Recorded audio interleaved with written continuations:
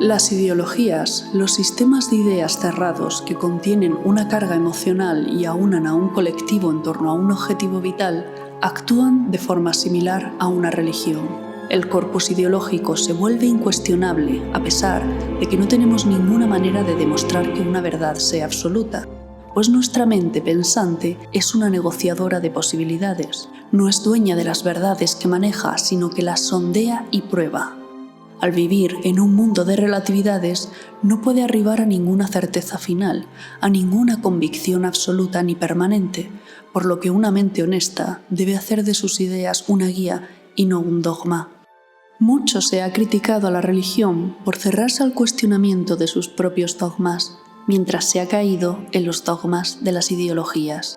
¿Pero son estas ideologías sucedáneos de las religiones? ¿Conjuntos de creencias no fundamentadas en la evidencia y con un sustrato religioso, aun negando la existencia de un Dios? ¿Es inevitable para el ser humano en su mayoría sucumbir a la necesidad de darle una respuesta simple a un problema complejo? ¿De entregarse a una ideología sin cuestionarla, con tal de que le aporte seguridad psicológica?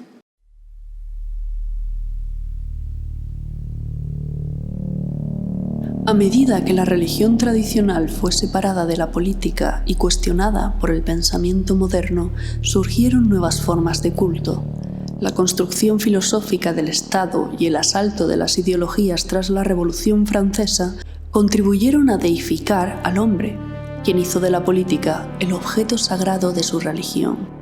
Se crearon las utopías ideológicas para cuya materialización era necesario modificar al ser humano, a fin de crear un hombre nuevo surgido del progreso y la razón que erradicase el mal en la tierra. La fe de los hombres en una vida más allá de esta fue reemplazada por una fe en la salvación terrenal dentro de la esfera política y bajo el amparo del Estado. La decadencia de la supremacía de las religiones tradicionales y la laicización de la sociedad y del Estado llevaron, como el racionalismo laico y cientifista preveía y propiciaba, a una paulatina desaparición de lo sagrado de la vida colectiva. En cambio, como demuestran numerosas experiencias situadas en todas las partes del mundo, hubo una frecuente transfusión de lo sagrado desde las religiones tradicionales hacia los movimientos políticos de masas, a partir de la cual cobraron vida nuevas religiones seculares. Desde la época de la Revolución estadounidense, pero en especial con la Revolución Francesa y el nacimiento de la política de masas, a menudo se confundieron los límites entre la política y la religión, nunca instituidos efectivamente, pero en ese momento la que asumió una dimensión religiosa autónoma propia fue la política, volviéndose uno de los principales terrenos del mundo contemporáneo donde se efectuó la metamorfosis de lo sagrado. Las religiones seculares no son algo exclusivo de nuestra época. Comenzaron con la creación del Estado y su divorcio de la institución religiosa, y se desarrollaron durante la modernidad, sacralizando la política. Lo sagrado es lo indiscutible e incuestionable, lo divino, que pasó de ser una entidad trascendente a una mortal. El Estado, que genera un sentimiento de fervor religioso como si se tratase de un concepto espiritual y alrededor del cual se maneja un espectro de ritos, símbolos y liturgias para celebrar la confesión hacia esta nueva deidad terrenal. A través de estas religiones, el líder supremo y sus cómplices instrumentalizan a las masas para transformar al ser humano a imagen y semejanza del ideal de persona que manejan. El pueblo pertenece al líder, al representante del Estado que opera como encarnación humana del Mesías, y para el que los individuos son meros sujetos de experimento e instrumentos para la consecución de su obra que desemboca en la materialización de las peores sombras del ser humano. Según Dalmacio Negro, las ideologías revolucionarias se caracterizaron por un sentido prometeico, que centraba sus esfuerzos en la construcción material de una utopía, la imagen gnóstica de la perfección política. Precisamente, parte de la influencia gnóstica de las religiones ateas estribaba en la creencia de que el mundo era imperfecto y en la capacidad del hombre para redimirlo a través de la ciencia y el conocimiento. Esto definía las bases de la misión salvífica que asumía el hombre con respecto de la naturaleza. El diseño y posterior construcción de una utopía implicaba la definición del bien y del mal en términos absolutos, puesto que el proyecto exigía la derogación del mal. Se estudiaban las posibilidades de confeccionar un mundo perfecto y, en términos generales, la solución pasaba por la neutralización del conflicto y la búsqueda de la paz perpetua, ya fuere bajo la sombra del todopoderoso Leviatán ideado por Hobbes o en el seno de esa comunidad igualitaria de moral colectiva imaginada por Rousseau. El destino de la política debía gravitar alrededor de la felicidad plena.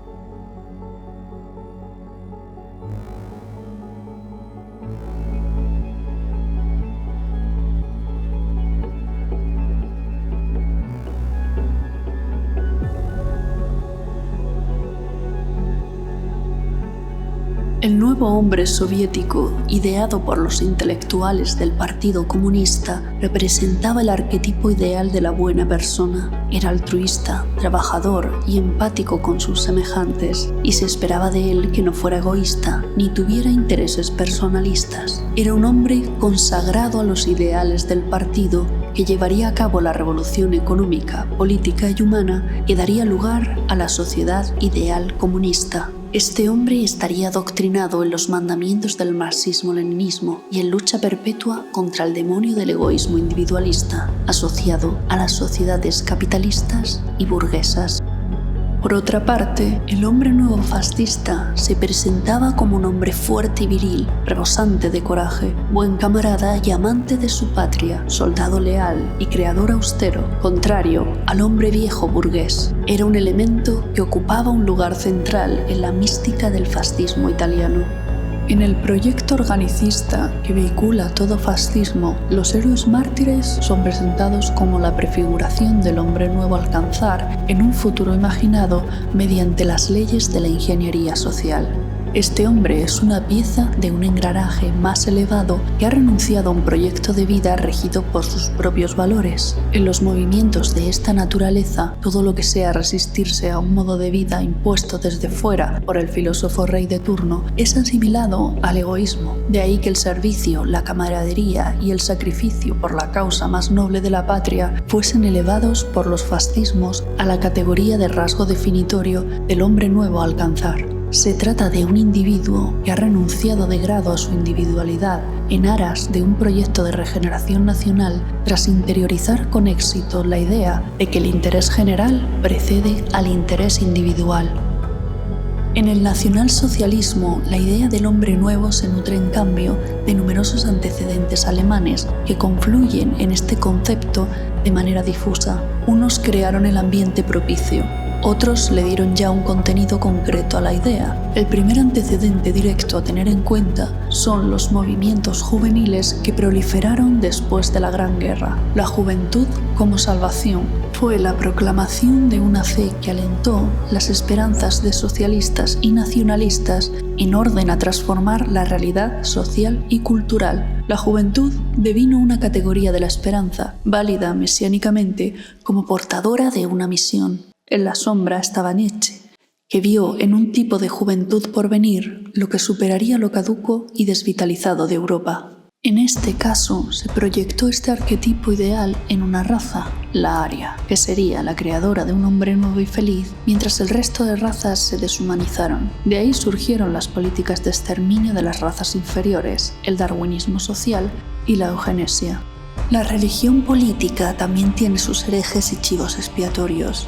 Impone un catequismo de obligado reconocimiento, rechaza la convivencia con otras confesiones o ideologías, incluso les declara la guerra o las instrumentaliza. La idea del hombre nuevo de los distintos totalitarismos comparte algunas similitudes. Todos tenían un demonio común, el hombre que no se plegaba a las imposiciones de los dictadores y a la presión que el colectivo ejercía sobre el discrepante, al que se señalaba como egoísta y aburguesado para justificar cualquier trato vejatorio que se ejerciera sobre él. Incluso el asesinato llegaría a estar justificado. Todas estas religiones ideológicas, lejos de establecer un cielo utópico en la tierra, desembocaron, cada una a su manera, en los peores infiernos de la humanidad, pues el hombre que no se conoce a sí mismo fracasará en todos sus intentos de cambiar el mundo, puesto que aparte de que querer cambiar el mundo a placer es de una arrogancia tremenda, no se puede transformar lo que no se conoce, y conocerse a uno mismo como parte de la humanidad implica un ejercicio de honestidad que rara vez estamos dispuestos a hacer. Por desgracia, esta lección no parece estar aprendida. El comunismo es un perfume embriagador para la juventud y para muchos tipos de personas. Me he ido dando cuenta de cuáles son los temperamentos más receptivos a este paraíso terrenal. En mi propio caso, es yo más rojo que la muleta de un torero. Es evidente que tiene un gran encanto. Es curioso que un perfume tan exquisito acabe siendo una quinta esencia de la putrefacción más intolerable. Pues cada vez que se ha aplicado, igual que en la Alta Edad Media y luego en la Unión Soviética o en la China de Mao o la Camboya de Pol Pot, pues eso, el asesinato en masa, la privación de los más elementales derechos, el fin de la compasión humana, el hecho de que se eterniza la discordia. En fin, es justamente lo que las personas de paz y conocimiento no quieren.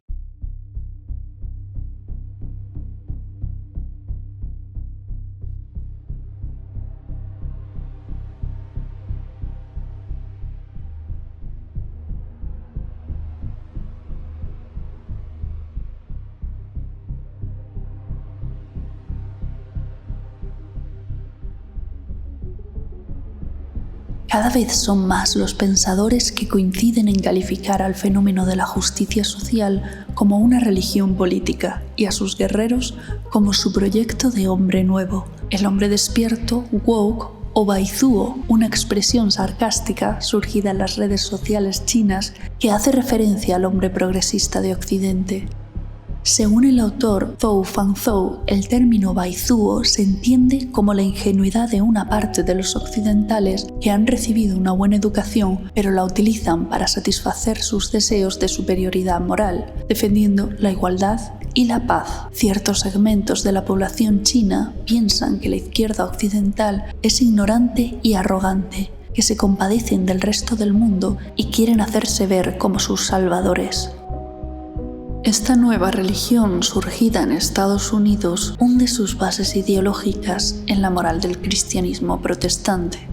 Los guerreros de la justicia social conciben el mundo como el tablero de una batalla entre el bien y el mal. A un lado de este tablero se encuentra el demonio, el sistema capitalista neoliberal, sostenido y construido por todos aquellos que llevan el sello del mal y cargan con el pecado original, los hombres blancos heterosexuales. Por debajo de ellos hay una serie de cómplices con más o menos carga diabólica que pueden pertenecer a distintos colectivos que se suponen bajo el yugo de este demiurgo masculino. Estos cómplices serían aquellos que han conseguido alguna posición de poder dentro de la jerarquía del sistema, los que han traicionado a los suyos, los alienados. Inmediatamente después se encuentran aquellos que no toman parte en esta guerra y prefieren mantenerse al margen. A estos se les recuerda que el silencio es complicidad y es contra los que más duro llega a cargarse, porque las posturas conciliadoras son más difíciles de demonizar y esto a los que están del lado bueno les resulta demasiado incómodo, por lo que no permiten que nada salga del tablero, o conmigo o contra mí. Para luchar contra este mal, la justicia social se sirve de distintos movimientos fundamentados en creencias incuestionables que no sobreviven al mínimo análisis crítico o científico. Incluso de la ciencia se dice que es una creación de este patriarcado diabólico y una herramienta del demonio blanco para desprestigiar visiones del mundo alternativas basadas en la emoción y la intuición. Esta religión política avanza imparable por el mundo occidental, construyendo las nuevas bases de la moral del futuro, aprovechando el hueco que dejaron las religiones tradicionales durante la modernidad y la necesidad del hombre de un sentido que rija su vida y de una guía moral que refuerce su propia imagen de cara a los otros y a la comunidad. La justicia social llega como balance a una ecuación desbalanceada, estableciendo una hipermoralidad en una época de ruptura de paradigmas, y vuelve a recordarnos que el ser humano no es únicamente un ser racional, que es capaz de destruir todo su progreso intelectual y civilizatorio de forma cíclica, con tal de saciar una sed de alguna otra cosa que aún no sabe qué es ni ha llegado a comprender. En la segunda parte de esta serie analizaremos con más detenimiento cómo surge la justicia social, algunos de sus actores, si es un movimiento espontáneo o creado y cuál es su objetivo, entre otras cosas. Y con esto me despido, hasta el próximo vídeo.